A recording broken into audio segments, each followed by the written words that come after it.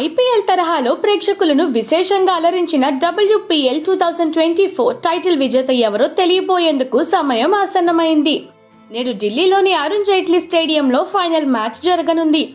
గత సీజన్లో కప్పు ముంగిట బోల్తా పడి రన్నరప్ గా నిలిచిన ఢిల్లీ క్యాపిటల్స్ వరుసగా 2 మ్యాచ్ల్లో గెలిచి ఫైనల్ చేరిన రాయల్ ఛాలెంజర్స్ బెంగళూరు జట్ల మధ్య ఈ మ్యాచ్ జరగనుంది.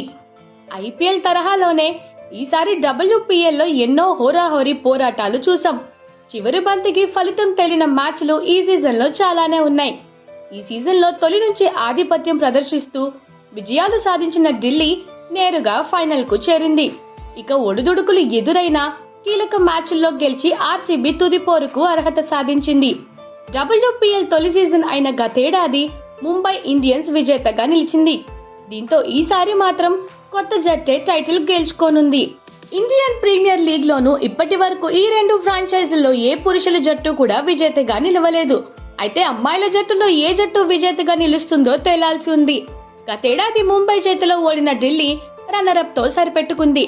ఈ ఏడాది 8 మ్యాచ్ల్లో 6 గెలిచి నేరుగా ఫైనల్ కు చేరింది. కెప్టెన్ మెగ్లానింగ్ 308 రన్స్ ఫామ్ లో ఉండటం ఆ జట్టుకు కలిసొచ్చే అంశం. షెఫాలి వర్మ, జెమిమా రోడ్రిగ్స్ సైతం రాణిస్తే ఆ జట్టుకు తిరుగుండదు. బౌలింగ్ లో మారిషన్ క్యాప్, జోనాస్ సెన్, రాధా యాదవ్లు నిలకడగా రాణిస్తున్నారు.